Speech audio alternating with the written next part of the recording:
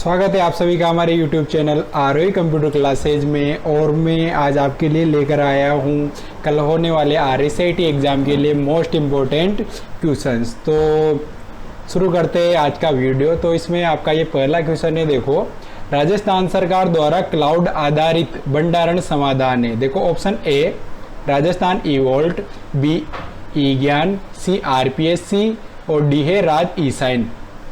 तो देखो राजस्थान सरकार द्वारा क्लाउड आधारित भंडार समाधान, तो इसका जो आंसर है वो होगा आपका यहाँ से ए राजस्थान ई-वॉल्ट। ठीक है, कौन सा काम आता है क्लाउड स्टोरेज के लिए? राजस्थान ई-वॉल्ट। चलते अगले क्वेश्चन पर, क्वेश्चन नंबर 2। तो क्वेश्चन नंबर 2 है, देखो एक वेब पेज जो किसी वेबसाइट को खोलने पर सबसे पहले खुलता है को कहा जाता है। मतलब अगर आप किसी भी ब्राउजर पर कोई भी वेबसाइट खोलते हो तो सबसे पहले जो खुलता है उसे क्या बोलते हैं? तो देखो सबसे पहले जो खुलता है उसे बोलते हैं होम पेज। तो इसका आंसर होगा बी। देखो ए ऑप्शन में दे रखा था हाउस पेज, बी पर होम पेज, सी पर PDA, डी पर वायरस। तो इसका सही आंसर होगा बी होम पेज। चलते अगले क्वेश्चन नंबर 3। निम्न में से कौन सी जानकारी आधार कार्ड से संबंधित नहीं है? निम्न में से कौन सी जानकारी आधार कार्ड से संबंधित नहीं है? तो देखो इसका ऑप्शन है ए व्यक्ति का नाम, बी फोटोग्राफ, सी आइरिस स्कैन और डी है CVV। तो देखो जो आधार कार्ड होता है इसमें व्यक्ति का नाम भी होता है, फोटोग्राफ भी होता है, और आइरिस जब बनवाते हैं तब वहाँ लिया जाता है, आंखों को स्कैन किया जाता है। तो देखो इसका जो आंसर होगा वो होगा आपका डी CVV। तो CVV होता है क्रेडिट कार्ड और डेबिट कार्ड से संबंधित। चलते अगले क्वेश्चन पर, क्वेश्चन नंबर 4। तो क्वेश्चन नंबर 4 जो है उसमें देखो विंडोज 10 में एक आवाज संचालित निजी सहायक है। तो देखो option A Cortana, B task bar, C Microsoft, D है विंडोज स्टोर। तो देखो इसका आंसर होगा ए कोर्टाना। तो जो विंडोज 10 होती है उसमें आवाज संचालित, यानी आवाज से भी चला सकते हो, आप सर्च वगैरह कर सकते हो। तो कौन सा सिस्टम होता है? कोर्टाना। चलते अगले क्वेश्चन पर, क्वेश्चन नंबर 5। तो क्वेश्चन नंबर 5 जो है वो देखो आप केबल का उपयोग करके PC और मोबाइल के बीच डाटा स्थानांतरित कर सकते हो। Option A USB, B CD, C DVD, D है हार्ड डिस्क, डी है हार्ड। तो देखो जो USB केबल होती है उसके द्वारा आप PC से मोबाइल में डाटा ले सकते हो, डाटा दे भी सकते हो, यानी ट्रांसफर कर सकते हो। तो इसका आंसर जो होगा वो होगा ए USB। चलते अगले क्वेश्चन पर, क्वेश्चन नंबर 6। तो क्वेश्चन नंबर जो 6 है MS वर्ड 2010 में हाइपर लिंक को कैसे खोलें? तो देखो इसके ऑप्शन है ए केवल हाइपर लिंक पर क्लिक करें, बी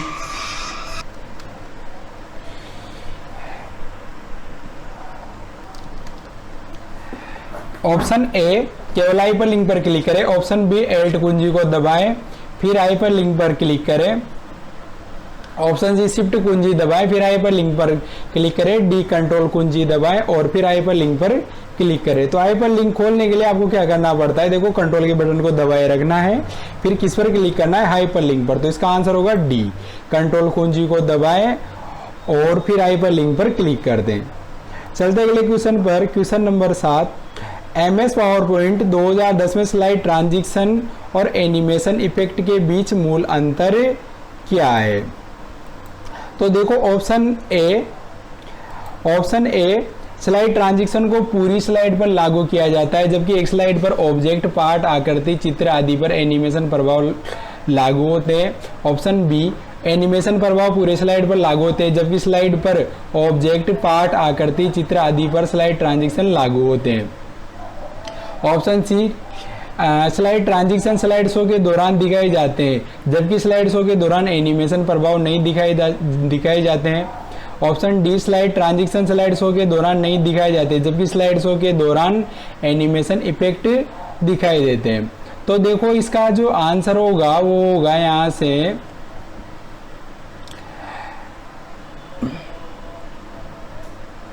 इसका आंसर जो होगा वो होगा यहाँ से ऑप्शन ए, स्लाइड ट्रांजिशन को पूरी स्लाइड पर लागू किया जाता है। यानी ट्रांजिशन किस पर लगता है? पूरी स्लाइड पर। जबकि एक स्लाइड पर ऑब्जेक्ट जैसे पार्ट, आकृति, चित्र आदि पर एनिमेशन आप अलग अलग ऑब्जेक्ट पर लगा सकते हो। तो इसका आंसर होगा ए। चलते अगले क्वेश्चन पर, क्वेश्चन नंबर 8। यदि अटैचमेंट फाइल 25 MB से अधिक आकार की है और यदि अटैचमेंट फाइल 25 MB से अधिक आकार की है और आप जीमेल का उपयोग करके ईमेल के साथ एक ही अटैचमेंट फाइल भेजना चाहते हैं, तब ए, आप गूगल ड्राइव लिंक का उपयोग कर सकते हैं। आप फाइल को BCC में संलग्न कर सकते हैं। सी, आप मोजिला फायरफॉक्स के बजाय गूगल क्रोम का उपयोग कर सकते हैं। डी, आप अटैचमेंट के साथ मेल नहीं भेज सकते। तो देखो इसका आंसर होगा ए, आप गूगल ड्राइव लिंक का उपयोग कर सकते हैं। यानी 25 MB से ज़्यादा की अगर आपको फाइल भेजनी है तो किसका प्रयोग करोगे? आप गूगल ड्राइव का। चलते अगले क्वेश्चन पर, क्वेश्चन नंबर 9। यदि कोई सिस्टम या मशीन दुर्भावनापूर्ण से ट्रैफिक या सूचनाओं से भर जाती है जो इसे दुर्घटनाग्रस्त कर देता है या उपयोगकर्ता के लिए सिस्टम का उपयोग दुर्गम हो जाता है, तो ये कौन सा हमला है? तो देखो ऑप्शन दे रखे, A, phishing, B, denial of service, C, Trojan horse और डी है पासवर्ड हमला। तो इसे बोलते हैं डिनाइल ऑफ सर्विस। तो इसका आंसर होगा बी। चलिए अगले क्वेश्चन पर, क्वेश्चन नंबर 10। गूगल मैप का उपयोग क्या है? तो देखो ए, स्थान का पता लगाने के लिए, बी, मोबाइल के बीच फाइल साझा करने के लिए, सी, मेल पढ़ने के लिए और डी, मोबाइल एप्लीकेशन इंस्टॉल करने के लिए। तो गूगल मैप क्या काम आता है? गूगल मैप काम आता है आपका एक स्थान का पता लगाने के लिए। तो इसका ऑप्शन होगा ए, सही होगा। यहाँ से कोई भी लोकेशन अगर आपको ढूंढनी है तो किसका प्रयोग करोगे? आप गूगल मैप का। Question number 11। MS एक्सेल 2010 में यदि आप किसी विशेष सेल में एक फॉर्मूला लागू करते हैं और परिणाम हेज प्रदर्शित होता है, तो ए, आप गलत पढ़ना लगा रहे हैं। ऑप्शन बी, आप फॉर्मूला लॉजिक गलत है, आपका फॉर्मूला लॉजिक गलत है। ऑप्शन सी, आप फॉर्मूला को फॉर्मूला बार में नहीं डाल सकते। डी, फॉर्मूला का परिणाम सेल में प्रदर्शित करने के लिए बहुत बड़ा है। तो इसका आंसर जो होगा यहाँ से डी, फॉर्मूला का परिणाम सेल में प्रदर्शित करने। तो इसका आंसर होगा डी। Question number 12। निम्नलिखित में से कौन MOOC पोर्टल का उदाहरण है? देखो ए, यूडेसिटी, बी, बीम, सी, ट्यूटर और डी, MS वर्ड। तो जो MOOC पोर्टल होता है उसका उदाहरण है यहाँ पर यूडेसिटी। तो इसका आंसर होगा ए। चलते अगले क्वेश्चन पर, क्वेश्चन नंबर 13। प्रेजेंटेशन डॉट का एक संग्रह है। तो देखो option A, chart, B, workbook, C, worksheet और डी है स्लाइड। तो प्रेजेंटेशन के अंदर क्या बनती है? देखो स्लाइड्स। तो इसका आंसर होगा यहाँ से D, slides. Question number 14। HDMI का पूर्ण रूप क्या है? Option A, high dimension multimedia interface, B, huge definition multimedia interface, C, high definition multimedia interface, D, heavy development media interface. तो इसका आंसर होगा देखो यहाँ से C, high definition multimedia interface. चलते अगले क्वेश्चन पर, क्वेश्चन नंबर 15। MS वर्ड 2010 में कुंजी कर्सर के बाईं ओर के अक्षर को मिटा देता है और कुंजी कर्सर के दाईं ओर के अक्षर को मिटा देता है। यानी अगर आपको कर्सर के बाईं ओर के हटाने वर्ड्स और अगर दाईं ओर के हटाने तो कौन सी की काम आएगी? तो देखो बाई साइड से तो हटाता है बैक स्पेस और राइट साइड से हटाता है डिलीट। तो देखो 4 ऑप्शन दे रखे तो इसमें यहाँ से सी सही होगा इसका, बैक स्पेस और डिलीट। तो आपको ये ध्यान रखना है कि पहले बायां पूछा है कि दायां पूछा है, उसके अनुसार ही लगाना है। अगर ये दायां बायां पूछता तो फिर इसका ए सही होता है यहाँ से, लेकिन इसने पहले बायां पूछा है फिर दायां पूछा है तो इसका आंसर आएगा सी, बैक स्पेस डिलीट। चलते अगले क्वेश्चन पर, क्वेश्चन नंबर 16। MS एक्सेल 2010 में फॉर्मूला इक्वल लेन VMOU@RSAT का परिणाम क्या होगा? अगर आप ये फॉर्मूला लगाते हो लेन का VMOU@RSAT के ऊपर तो इसका जो रिजल्ट आएगा वो क्या होगा? तो देखो लेन के फॉर्मूले क्या होता है, कैरेक्टर्स की काउंटिंग होती है। तो कैरेक्टर्स की काउंटिंग के लिए आपको इनको गिनना पड़ेगा। तो देखो 1 2 3 4 5 6 7 8 9 10। तो ये कितने कैरेक्टर्स है? 10। तो देखो ऑप्शन दे रखे थे ए पर 14, बी पर 11, सी पर 10 और डी पर 12। तो इसमें आंसर आएगा सी। चलते हैं अगले क्वेश्चन पर। क्वेश्चन नंबर 17, निम्नलिखित में से कौन सॉफ्टवेयर नहीं है? तो देखो option A operating system, B keyboard, C Linux, D Internet Explorer. तो देखो कीबोर्ड आपका सॉफ्टवेयर नहीं है, कीबोर्ड क्या है आपका हार्डवेयर है यहाँ से, तो इसका आंसर होगा बी। चलते अगले क्वेश्चन पर। क्वेश्चन नंबर 18, क्वेश्चन नंबर 18 है, देखो जब आप विंडोज 10 में एक प्रोजेक्टर को कनेक्ट करते हैं तो निम्नलिखित पीसी स्क्रीन के लिए कनेक्शन विकल्प कंप्यूटर स्क्रीन और प्रोजेक्टर स्क्रीन पर विभिन्न प्रदर्शन सामग्री को प्रदर्शित करता है। तो इसके ऑप्शन दे रखे थे a duplicate, B computer only, C extend, D है प्रोजेक्टर ओनली। तो देखो क्वेश्चन को एक बार और ध्यान से देख लो। जब आप विंडोज 10 में एक प्रोजेक्टर को कनेक्ट करते हैं तो निम्नलिखित पीसी स्क्रीन के लिए कनेक्शन विकल्प कंप्यूटर स्क्रीन और प्रोजेक्टर स्क्रीन पर विभिन्न प्रदर्शन सामग्री को प्रदर्शित करता है, यानी स्क्रीन पर अलग और प्रोजेक्टर पर अलग। तो इसका आंसर होगा यहाँ से सी एक्सटेंड। चलते अगले क्वेश्चन पर। क्वेश्चन नंबर 19, एंड्रॉयड डिवाइस में स्क्रीन लॉक विकल्पों में से एक है। तो देखो A browser, B UC browser, C hotspot, D है स्वाइप। तो देखो जो एंड्रॉयड डिवाइस होता है उसमें स्क्रीन लॉक होता है स्वाइप, तो इसका आंसर होगा यहाँ से डी स्वाइप।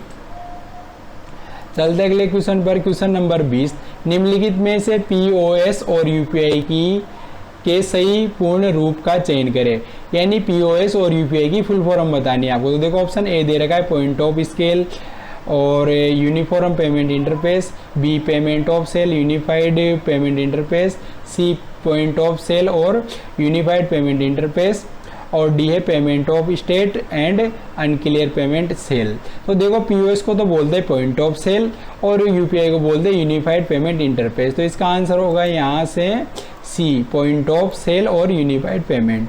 चलते अगले क्वेश्चन पर। क्वेश्चन नंबर 21, एमएस वर्ड 2010 में फॉर्मेट पेंटर की शॉर्टकट कुंजी क्या है? ऑप्शन ए देखो control plus alt plus C, option B control plus shift plus C, option C control plus alt plus V, और ऑप्शन डी है control plus shift plus V. तो देखो इसका आंसर होगा यहाँ से कंट्रोल शिफ्ट सी। तो इसमें देखो आएगा option B control shift plus C. Question number 22, NSDL website मुख्य रूप से संबंधित है। तो देखो ए पैन कार्ड एप्लीकेशन और अपडेशन से, बी मतदाता रिकॉर्ड अपडेशन से, सी ऑनलाइन शॉपिंग से, डी पासपोर्ट आवेदन से। तो जो एनएसडीएल की वेबसाइट होती है क्या काम आती है? देखो पैन कार्ड एप्लीकेशन और अपडेशन से संबंधित होती है। चलते अगले क्वेश्चन पर। क्वेश्चन नंबर 23, जब आप विंडो 10 में नया फोल्डर बनाते हैं तो उस फोल्डर का डिफ़ॉल्ट नाम क्या होता है?